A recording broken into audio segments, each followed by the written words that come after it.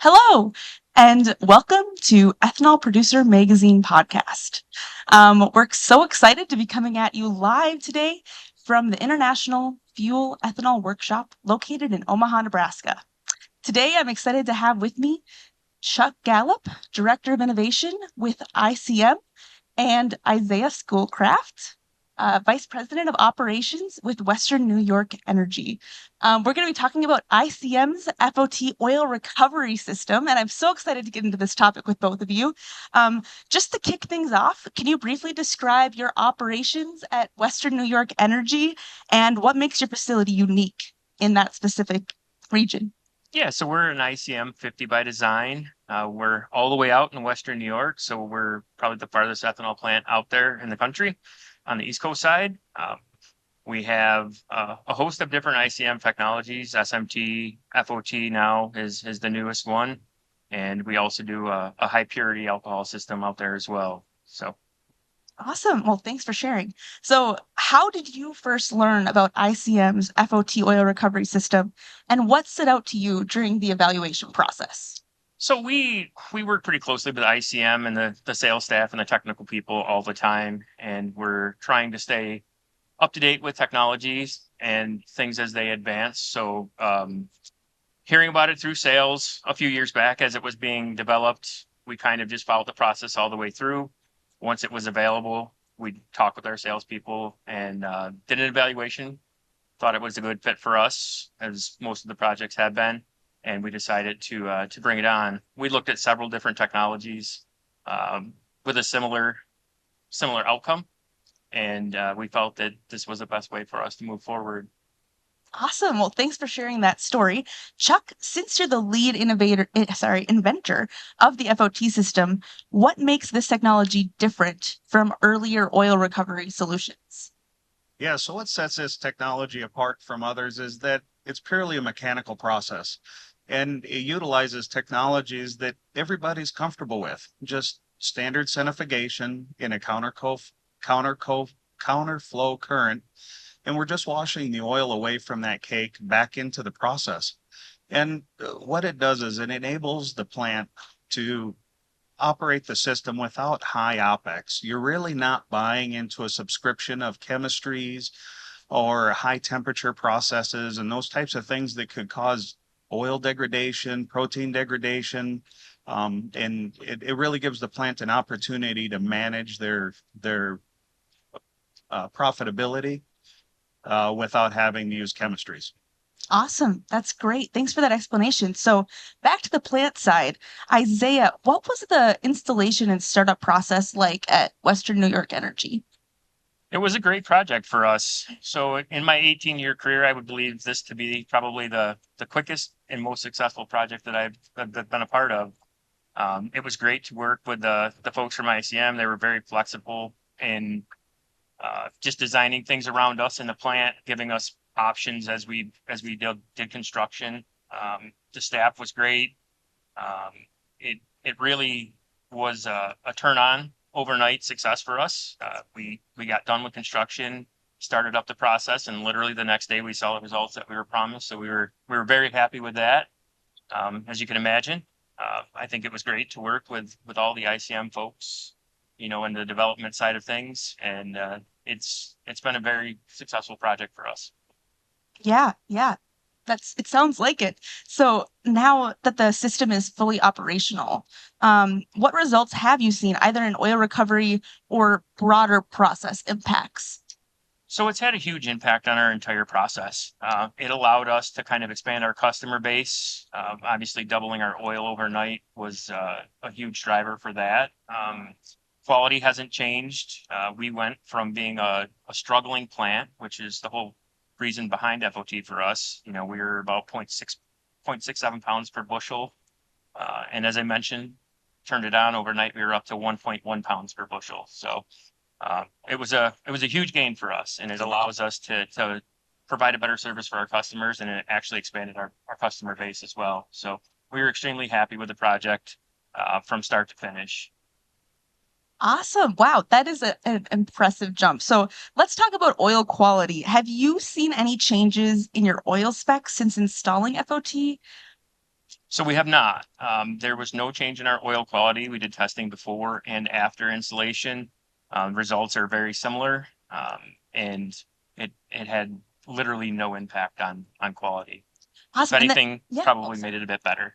that's great. That's great. Chuck, anything you would add about how the system maintains oil quality? Yeah, that's a great question. If I can, I want to jump back just a little bit and talk about how the project got started and what really makes Isaiah's plant a prime candidate for something like this. And he talked about being in Western New York, and the fat content in that corn is really low, like some of the lowest fat content in the country.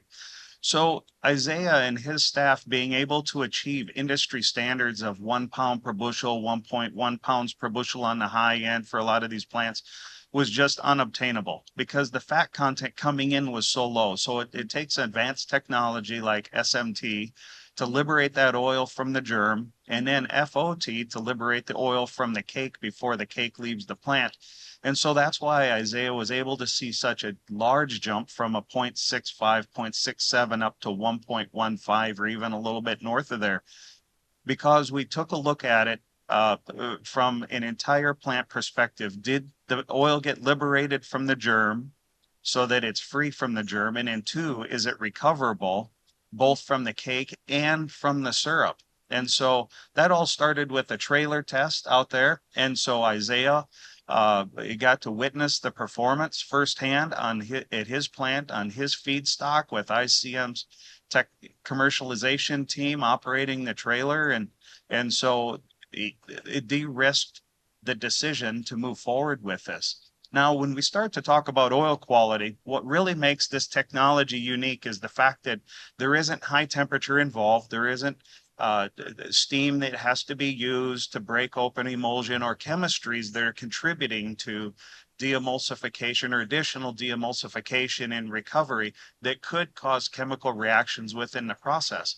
So when we look at it from just a purely mechanical standpoint with high G-force separation and water separation, it becomes very comfortable and known to the operators in the industry that there's no magic really happening here. It's just a simple washing process. But when you wash that oil back around through the plant, that oil helps the plant in the fact that it's an anti-foam. And you don't have to use enzymes as an anti-foam like a lipase and other things that you're going to see out in the industry. And then that oil washed back around through the process also helps to coalesce the oil freed from the germ into bigger droplets, which makes it much easier to separate the second time. So that's the effects that Isaiah and the amazing team that he has at Western New York, that's what they're able to see, and that's how they're able to see there's such a huge jump in oil recovery. Wow. Yeah. Yeah, if I could just sneak in there for a second, Chuck. I think operationally, I might have glossed over that, but to bring the system online, operations are scared with any new process or change. We do have a great team out there that works very diligently on these projects, and the ease of operations of FOT was so great. It was just easy. They were petrified at first, and the first day of running it, the operations training team that came out from ICM had the guys ready to go, and it was literally turn it on and run great. So, Wow. we'd looked at a bunch of different things, and all of those factors play into our decision making, and it made it an easy decision for us. Really did. That's great. That's great. And then have there been any benefits in addition to the increased oil yield that you'd like to talk about?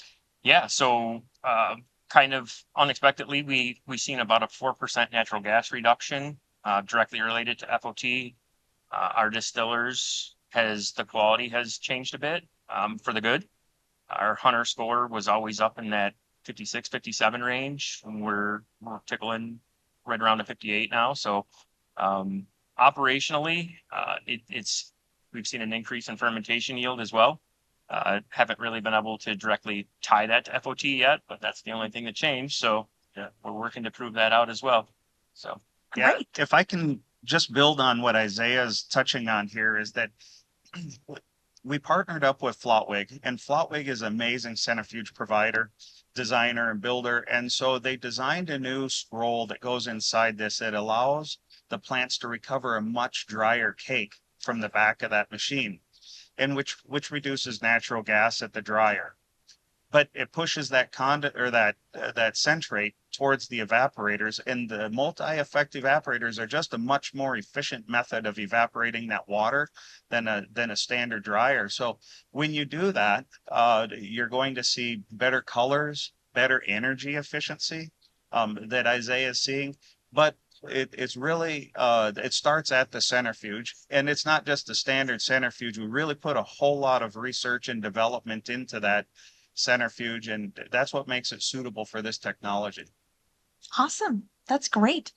Um, Chuck, so as someone who's worked closely with multiple FOT installs, what have you seen make a difference in smooth project rollout like this one here at Isaiah's plant? Yeah, that starts with just sitting down with the customer and talking about expectations and goals, and what do you really want out of this? Because every operator is different. They're looking either for better feed quality, higher oil yields. Maybe it's something like a little bit drier cake. Maybe it's a little bit drier wet cake for a wet feed market. So understanding what their expectation is, clearly defining those expectations, but then working with a customer such as Isaiah and his staff on how to best roll this out. And it starts with the expectations and then training and more training, because anytime you change something in the process, it causes concern and maybe a little bit of anxiety. And the best way to overcome that